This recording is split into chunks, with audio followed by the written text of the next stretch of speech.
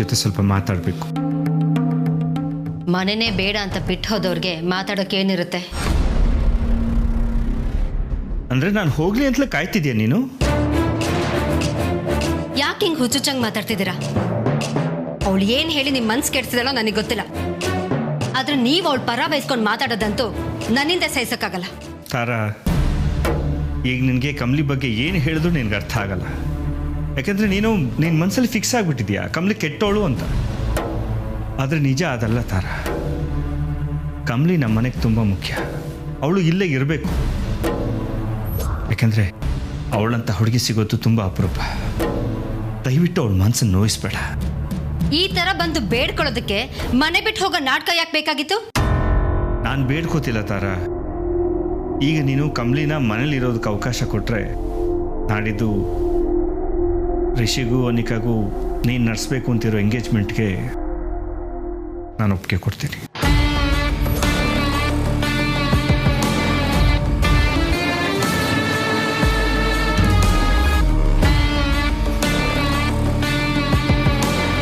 ಏನು? ಇನ್ನೊಂದ್ಸತಿ ಹೇಳಿ. ನಾನು ಕೇಳಿಸ್ಕೊಂಡಿದ್ದು ನಿಜ ತಾನೆ? ನಿಜಾನೇ. ನಂಬೋಕೆ ಆಗ್ತಿಲ್ಲ. ಅದೇನು ದಿಢೀರಂತ? ಮನೆ ಬಿಟ್ಟು ಹೋಗೋದಕ್ಕಿಂತ ಕಮಲಿ ಇಲ್ಲಿರೋದೇ ಸರಿ ಅನಿಸ್ತು. ಅದಕ್ಕೆ ಈ ಒಪ್ಪಂದ. ಏನಂತೀಯ? ನಾನೇನಂತೀನಿ, ಮಗನ ಎಂಗೇಜ್ಮೆಂಟ್ಗೆ ಅಪ್ಪನೇ ಇರಲ್ವಲ್ಲ ಅಂತ ಒಂದು ಸಣ್ಣ ಫೀಲಿಂಗ್ ಇತ್ತು. ಈಗೆಲ್ಲ ಸರಿ ಹೋಯ್ತಲ್ಲ, ನನಗೊಪ್ಪಿಗೆ ಇದೆ. ಸರಿ, ನಾನು ಹೋಗಿ ಕಮಲಿನ ಒಳಗೆ ಕರೀತೇನೆ. ಧಾರಾಳವಾಗಿ. ನಾನು ಅನ್ಕೊಂಡಿದ್ದಂಗೆ ಆಗ್ತಾ ಇದೆ ಅಂದಮೇಲೆ ನಂದು ಯಾವ ಒಬ್ಜೆಕ್ಷನ್ ಇಲ್ಲ. Thank you. ಆದರೆ ನಂಗೊಂದು ಕುತೂಹಲ. ಕೇಳ?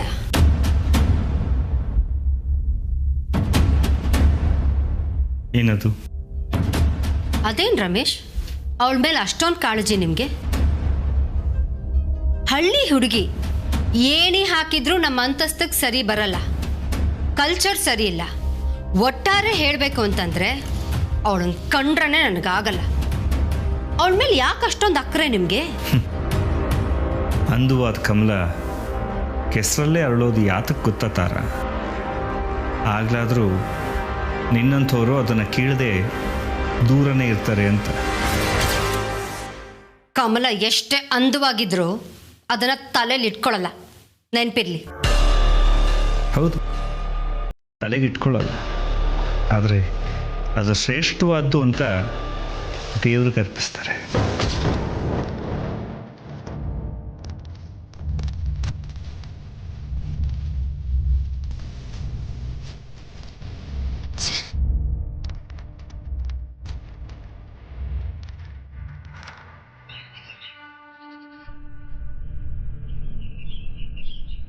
ಕಮ್ಮಿ ತಾರಾ ಹತ್ರ ನಾನು ಮಾತಾಡ್ತೀನಿ.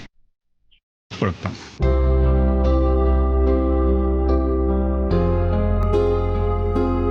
ಇನ್ಮೇಲೆ ಪ್ರಮಾಣ ಮಾಡಿ ಹೇಳ್ತೀನಿ, ಯಾವುದೇ ಕಾರಣಕ್ಕೂ ನಿನ್ಗೆ ಅನ್ಯಾಯ ಆಗೋದಕ್ಕೆ ನಾನು ಬಿಡಲ್ಲ. ರಿಷಿ ಮತ್ತೆ ಅನಿಕಾ ನಿಶ್ಚಿತಾರ್ಥ ನಡೆಯಲ್ಲ. ನೀನೇ ಈ ಮನೆ ಸೊಸೆ. ಬಲ್ಗಾಲಿಟ್ಟು ಒಳಗ್ಬೇಕಲ್ಲ.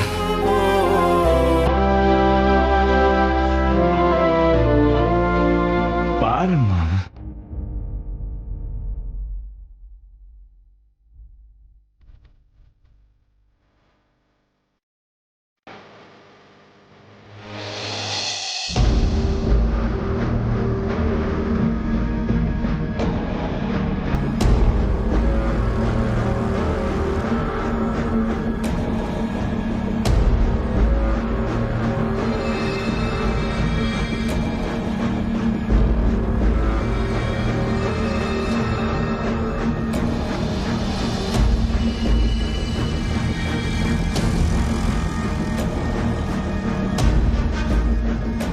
ಹೊಸದಾಗಿ ಪ್ಯಾಟರ್ನ್ ಎಲ್ಲ ಹಾಕಿಟ್ಟಿದ್ದಾರಲ್ಲ, ಮೊದಲೇ ಮೆಮೊರಿ ಲಾಸ್ ಅಂತಾರೆ.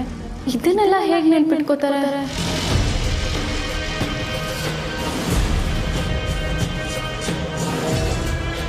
ನಾನು ನಿಮ್ಮ ಮಗಳು ಅಮ್ಮ. ನೀವು ಕಿಲಾಡಿ ಅಂದರೆ ನಾನು ಕಿಲಾಡಿನೇ. ನಿಮ್ಮ ಬೆರಳು ಸ್ಕ್ರೀನ್ ಮೇಲೆ ಓಡಾಡಿರೋ ಮಾರ್ಕ್ ಹಿಡಿದು ಓಪನ್ ಮಾಡ್ತೀನಿ.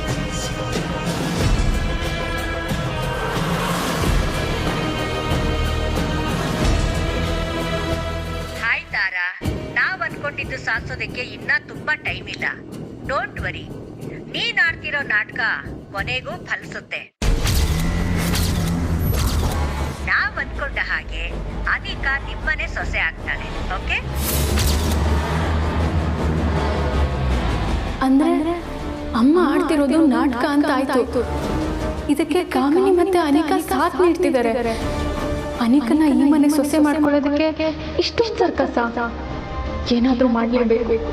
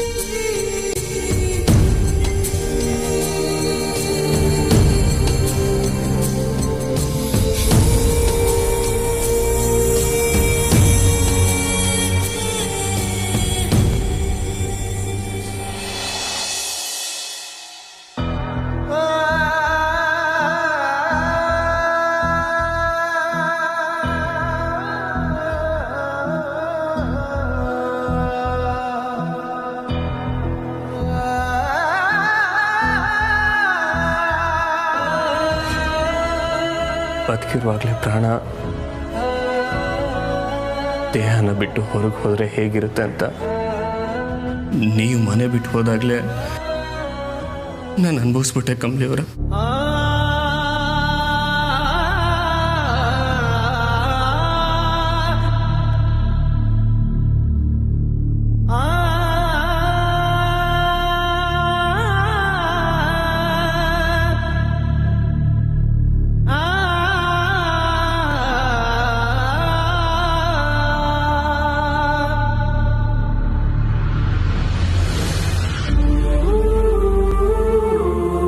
ಪ್ರಾಣಕ್ಕಿಂತ ಕೊಟ್ಟಿರೋ ಮಾತು ಮುಖ್ಯ ಅಲ್ವಾ ಸರ್? ನಿಮ್ಮಪ್ಪಯ್ಯ ನಿಮ್ಮವ್ವಂಗೆ ಮಾತು ಕೊಟ್ಟವ್ರೆ.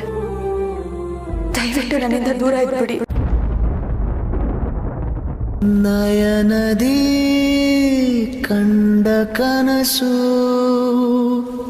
ಹನಿಗಳ ರೂಪ ತಾಳಿ ಬರಬಹುದೇ ಹೇಳು ಕರೆಯದೆ, ಅಳಬಹುದೇ ನೋವು ಕರಗದೆ, ಕೊರಳೇರದ ದನಿಯು ನಾನು ನೀನು ಇರದೆ.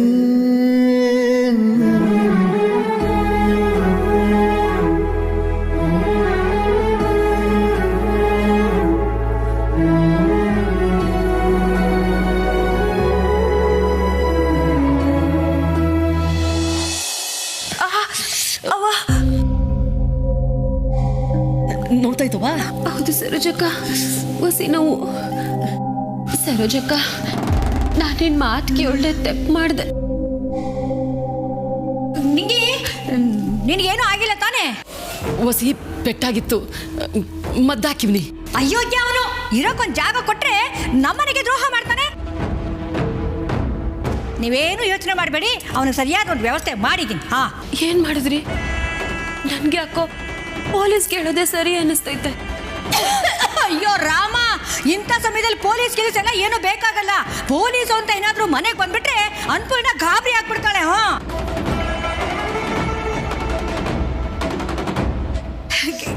ಗೌರಿ, ನೀನೇನು ಯೋಚನೆ ಮಾಡಬೇಡ.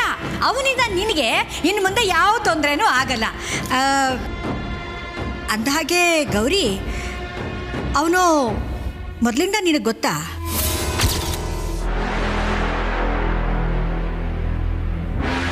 ಅವನು ಯಾರು? ಅಲ್ಲ, ಅವನು ಯಾಕೆ ನಿನ್ನ ಮೇಲೆ ಅಟ್ಯಾಕ್ ಮಾಡೋದಕ್ಕೆ ಬಂದ?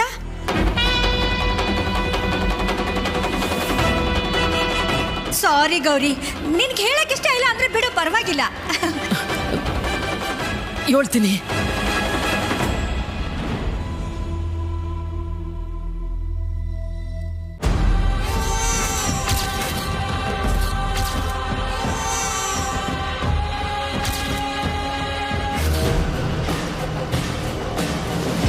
ಅವತ್ತು ನಿನ್ನನ್ನು ಅಟ್ಟಿಸ್ಕೊಂಬಂದಾಗ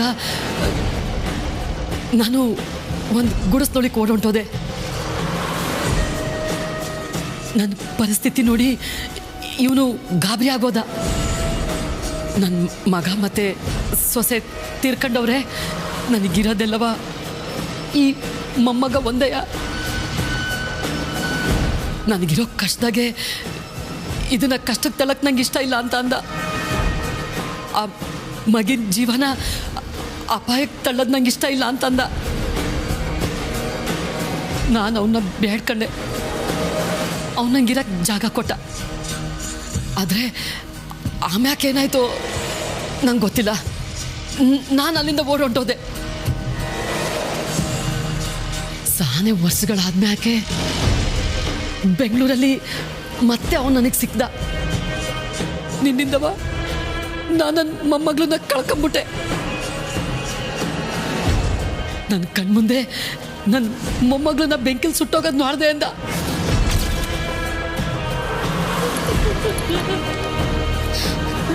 ನನಗೆ ಮಾತೇ ಬರ್ಲಿಲ್ಲ. ಅಳಬೇಡ ಗೌರಿ, ಪಾಪ ನೀನು ಗೊತ್ತಿಲ್ಲದೆ ಮಾಡಿದ್ಯಾ ಅಂದಮೇಲೆ ನಿನ್ಮೇಲೆ ಅವನು ಸೇಡ್ ತೀರ್ಸ್ಕೊಳ್ಳೋದು ತುಂಬಾ ತಪ್ಪು. ಅಳಬೇಡ, ಸಮಾಧಾನ ಮಾಡ್ಕೋ ಗೌರಿ.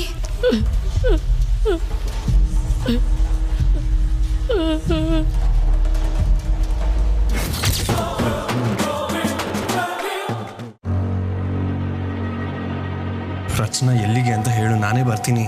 ನಾನು ಎಲ್ಲ ಹೇಳ್ತೀನಿ ಬಾ. ಕಮಲಿ ಕಮಲಿ ಕಮಲಿ. ಏ ರಚನಾ, ಅವ್ರು ಮಲ್ಕೊಳ್ಳಿ ಬಿಡು, ಏನಕ್ಕೆ ಬರ್ಸ್ತಿದ್ಯಾ? ನಾನು ನಿಮ್ಮಿಬ್ಬರ ಹತ್ರನೂ ಮಾತಾಡಬೇಕು. ನೋಡು ರಚನಾ, ಪ್ಲೀಸ್, ನೀನೇನೋ ದೊಡ್ಡ ಪ್ರಾಬ್ಲಮೇ ಕ್ರಿಯೇಟ್ ಮಾಡ್ತಿದ್ಯಾ. ಕಮಲಿ ಅವ್ರಿಗೆ ನನ್ನ ಹತ್ರ ಮಾತಾಡೋದೇ ಇಷ್ಟ ಇಲ್ಲ. ಅವ್ರು ನನ್ನ ಅವಾಯ್ಡ್ ಮಾಡಿದೆ. ಅರೇ ನೀನು ಅದರಲ್ಲಿ ಕಮಲಿ ಕಮಲಿ ಇದೇನೋ ನಾನು ಈ ಥರ ಮಾತಾಡ್ಬೇಕು. ಏನಾಯ್ತು? ಏನೂ ಆಗಿಲ್ಲ. ನೀನೇ ಸುಸ್ತಾಗಿ ತುಂಬ ಕೆಲಸ ಮಾಡಿ ಮಲ್ಕೊಂಡಿದ್ಯಾ ಅನ್ಸುತ್ತೆ. ನಾವೇ ನಿನ್ನ ಡಿಸ್ಟರ್ಬ್ ಮಾಡ್ತಿದ್ವಿ. ಅದೇ ನಾವು ಅಂತಿದ್ಯಾ, ನೀನು ಅಂತ ಹೇಳು. ಕಮಲಿ ಅವರೇ, ನಾನಲ್ಲ ನಿಮ್ಮನ್ನ ಎಬ್ಬರಿಸಿದ್ದು, ರಚನಾ. ಇಬ್ರು ಸ್ವಲ್ಪ ನಾನು ಹೇಳೋದನ್ನ ಕೇಳಿ. ಏನ್ ರಚನಾ ಈಟೊತ್ನಾಗೆ? ಇಷ್ಟೊತ್ತಲ್ಲಿ ಮಾತಾಡಿಲ್ಲ ಅಂದರೆ ಇನ್ನು ಯಾವಾಗಲೂ ಮಾತಾಡೋಕ್ಕಾಗಲ್ಲ. ಕಮಲಿ, ನೀನು ನನ್ನ ಅತ್ತಿಗೆ, ಈ ಮನೆ ಸೊಸೆ. ನೀನಿಲ್ಲಿ ಇದ್ಕೊಂಡು ಮನೆ ಕೆಲಸ ಮಾಡ್ತಾ ಅವಮಾನ ಅನುಭವಿಸೋದು ನನಗಿಷ್ಟ ಇಲ್ಲ. ನನಗೂ ನೀನು ಸ್ವಲ್ಪ ಸುಮ್ಮನಿರು, ನಾನು ಮಾತಾಡ್ತೀನಿ. ಕಮಲಿ, ನಿನ್ನ ನಮ್ಮಣ್ಣನ ಇಷ್ಟಪಡ್ತಿದ್ಯಾ ತಾನೆ? ರಚನಾ, ಇದೆಂತ ಪ್ರಶ್ನೆ? ಹೇಳು ಕಮಲಿ. ಅಣ್ಣ ಹೇಳ್ತಿದ್ದಾನೆ ನೀನು ಅವನ್ನ ಅವಾಯ್ಡ್ ಮಾಡ್ತಿದ್ಯಂತೆ. ಅಂದರೆ ಅವಾಯ್ಡ್ ಅಂದರೆ ಆವಾಗಲೇ ಕಿಚನಲ್ಲಿ. ಸರಿ ಸರಿ, ವಾಟ್ ಎವರ್. ಈಗ ನಿಮ್ಮಿಬ್ಬರ ಮಧ್ಯೆ ಮೊದಲಿದ್ದಿದ್ದು ಈಕ್ವೇಷನ್ ಇಲ್ಲ ಅಲ್ವಾ? ಅದಕ್ಕೆ ಕಾರಣ ಏನು ಅಂತ ನಮ್ಗೆಲ್ರಿಗೂ ಗೊತ್ತು. ಈಗ ಅದಕ್ಕಿರೋದು ಒಂದೇ ದಾರಿ. ಏನು? ಮದ್ವೆ. ಮದುವೆನಾ?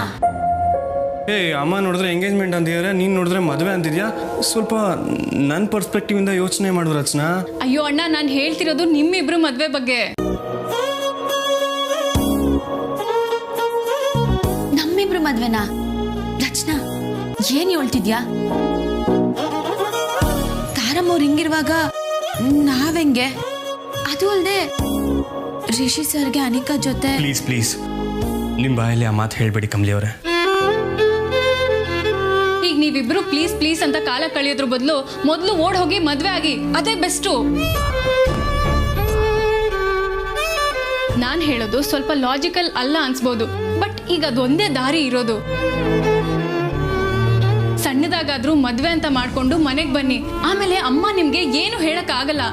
ಅವ್ರನ್ನ ಅಪ್ಪ ಮತ್ತೆ ನಾನು ಇಬ್ರು ಸೇರಿ ಒಪ್ಪಿಸ್ತೀವಿ. ನನ್ಗಿದ್ರಾಗ ಒಪ್ಪಿಗೆ ಇಲ್ಲ. ರಿಷಿ ಸರ್, ನೀವಾರು ರಚನೆಗೆ ಹೇಳಿ, ಓಡೋಗ್ ಮದ್ವೆ ಆಗಕ್ಕ. ನಾವ್ ಈಟೊಂದೆಲ್ಲ ಕಷ್ಟಪಟ್ಟಿದ್ದು.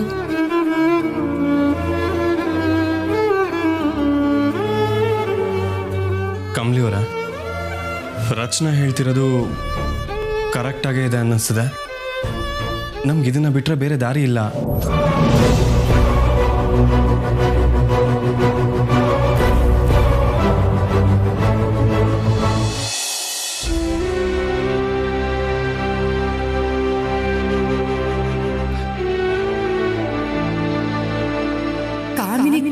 ಆದ್ರೂ ಇವತ್ತು ಅವಳಿಂದ ಒಳ್ಳೇದಾಗೈತೆ ಅಂತಾನೆ ಹೇಳ್ಬೇಕು. ಕಾಮಿನಿ ಬರ್ಲಿಲ್ಲ ಅಂದಿದ್ರೆ ಇಷ್ಟೊತ್ತಿಗೆ ನಿಂಗಿ ಅಥವಾ ಕಮ್ಮಿನ ನಾನು ಕಳ್ಕೋಬೇಕಾಯ್ತಿತ್ತು. ಇನ್ನ ಯಾವ ತೊಂದ್ರೆನೂ ಇಲ್ಲ. ನಡೆದಿದ್ದೆಲ್ಲನೂ ಕೆಟ್ಟ ಕನ್ಸ್ಕೊಂತ ಮರ್ತೋಯ್ತೀನಿ. ಫೋನ್ನ ಬೇರೆ ಕೆಡಿಸ್ಬಿಟ್ಟವನೆ. ಚಂದ್ರು ಅವ್ರಿಗೆ ಕಾಮಿನಿನ ಯಾಕೆ ಫೋನ್ ಮಾಡ್ತೀನಿ ಅಂದವಳೆ. ಇಸ್ಯ ಗೊತ್ತಾದ್ಮೇಲೆ ಅವರೇ ಬರ್ಬೋದು. ಸದ್ಯಕ್ಕಂತೂ ಕಮ್ಮಿಗೇನು ತೊಂದರೆ ಇಲ್ಲ. ಅದೇ ನನ್ನ ಸಮಾಧಾನ.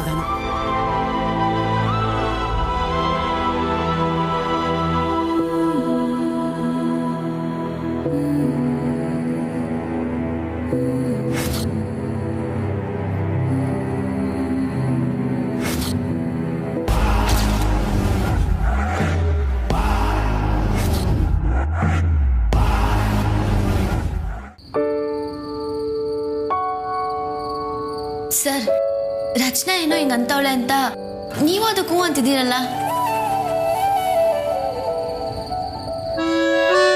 ಇದನ್ನ ಬಿಟ್ಟು ಬೇರೆ ದಾರಿ ಇಲ್ಲ ಕಮಲಿಯವರೇ. ನಿಮ್ಮನ್ನ ಬಿಟ್ಟು ಬದುಕೋದಕ್ಕಂತೂ ನನ್ನಿಂದ ಸಾಧ್ಯನೇ ಇಲ್ಲ. ಅಮ್ಮನ ಮಾತು ಕೇಳಿಕೊಂಡು ಅನಿಕನ್ನ ಎಂಗೇಜ್ಮೆಂಟ್ ಆಗೋದಕ್ಕೂ ನನ್ನ ಕೈಲಾಗಲ್ಲ. ಉಳಿದಿರೋ ಪಾಸಿಬಿಲಿಟಿ ನೋಡಿದ್ರೆ ನಮಗಿದೊಂದೇ ದಾರಿ. ಸರ್, ಆದರೆ ಇದು ತೆಪ್ಪಲ್ವಾ ಸರ್? ಇಂಥ ಸಮಯದಾಗೆ ನಾವಿಬ್ರು ಸ್ವಾರ್ಥಿಗಳಾಗಿ ಯೋಚನೆ ಮಾಡ್ದಂಗೆ ಆಗಲ್ವಾ? ಯಾವ ಸ್ವಾರ್ಥ ಕಮ್ಲಿ? ನೀವಿಬ್ರು ಈಗ ಮದುವೆ ಆಗಿಲ್ಲ ಅಂದರೆ ಇಬ್ರು ಬೇರೆ ಬೇರೆ ಆಗಬೇಕಾಗತ್ತೆ. ಅದು ಓಕೆನಾ ನಿಂಗೆ? ಕಮಲಿಯವರೇ, ಅಮ್ಮಂಗೆ ನೋವಾಗಬಾರ್ದು ಅನ್ನೋ ಕಾರಣಕ್ಕೆ ನೀವು ದೊಡ್ಡ ನಿರ್ಧಾರ ತಗೊತಾ ಇದ್ದೀರಾ. ನಿಮ್ಮಂಥ ಹುಡುಗಿನ ಕಳ್ಕೊಂಡ್ರೆ ಜೀವನ ಪೂರ್ತಿ ರಿಗ್ರೆಟ್ ಅಲ್ಲೇ ಸಾಯ್ಬೇಕಾಗತ್ತೆ ಕಮಲಿಯವರೇ. ಏ ಅಣ್ಣ, ಏನು ನೀನು ಬೇರೆ ಆಗೋದ್ರ ಬಗ್ಗೆನೇ ಮಾತಾಡ್ತಿದ್ಯಲ್ಲ? ಇಬ್ರಿಗೂ ಏನಾಗಿದೆ? ಪ್ರೀತಿ ಕುರುಡು ನಿಜ, ಆದ್ರೆ ದಟ್ಟತನ ಅಲ್ವಲ್ಲ. ಇಬ್ರು ಮೊದಲು ಇಲ್ಲಿಂದ ಹೋಗೋದ್ರ ಬಗ್ಗೆ ಯೋಚನೆ ಮಾಡಿ. ರಚನಾ, ನೀನೊಸಿ ಸುಮ್ಕಿರವಿ. ಈಟೊಂದು ಅವಸರವಾಗಿ ಯಾರಿಗೂ ಗೊತ್ತಿಲ್ಲದೆ ಮದ್ವೆ ಆಗಕ್ಕ ನಾವಿಬ್ರು ಈಟೊಂದು ಕಷ್ಟಪಟ್ಟಿದ್ದು. ಹಂಗಿದ್ದಿದ್ರೆ ನಾನು ರಿಸಿ ಸರು ಈಟೋದ್ಕೆ ಎಲ್ಲೋ ದೂರದಾಗ ಸಂಸಾರ ಮಾಡಬೇಕಿತ್ತು. ಸರ್, ಇಷ್ಟೊಂದೆಲ್ಲ ಕಷ್ಟಗಳನ್ನ ಗೆದ್ದಿರೋ ನಮ್ಮ ಪ್ರೀತಿ ಇದನ್ನ ಎದುರಿಸಕ್ಕಿಲ್ವಾ ಸರ್? ಹೆದರ್ಸೋ ಪ್ರಶ್ನೆ ಅಲ್ಲ ಕಮಲಿಯವರೇ, ಇದರಲ್ಲಿ ಸಫರ್ ಆಗ್ತಿರೋದು ನೀವು. ಸರ್, ನೀವು ನನ್ನ ಬಗ್ಗೆ ಚಿಂತೆ ಮಾಡಬೇಡಿ ಸರ್. ಸಹಿಸಕ್ಕಾಗೋರ್ಗೇನೆ ಕಷ್ಟ ಬರೋದು ಅಂತ ನನ್ನ ಅಜ್ಜಯ್ಯ ಯಾವಾಗಲೂ ಹೇಳೋನು. ಹೌದು ಸರ್, ದಿಟ್ಟನೆಯ ನನ್ನಿಂದ ಸಹಿಸಕ್ಕಾಯ್ತೈತೆ. ನಾನು ಗಟ್ಟಿಯಾಗಿವ್ನಿ ಅನ್ನೋ ಗರ್ವನೂ ಐತೆ.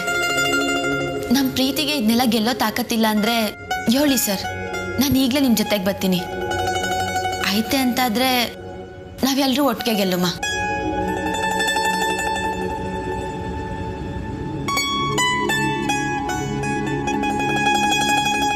ಸರ್, ಇದು ನನ್ನ ಮನೆನೆಯ ಸರ್. ಇಲ್ಲಿರೋ ಪ್ರತಿಯೊಬ್ಬರೂ ನನಗೆ ಮುಖ್ಯನಯ್ಯ. ಎಲ್ಲರೂ ಸಂತೋಷವಾಗಿರೋದಕ್ಕೆ ನಾನು ಏನು ಬೇಕಾನ ಮಾಡ್ತೀನಿ. ಪ್ರತಿ ಸಲ ದುಡ್ಕೋ ಹಾಗೆ ಈ ಸಲ ಅವಸರದಲ್ಲಿ ನಿರ್ಧಾರ ತಗೊಂಡೆ. ಅದಕ್ಕೆ ಕಾರಣ ನೀವೇ.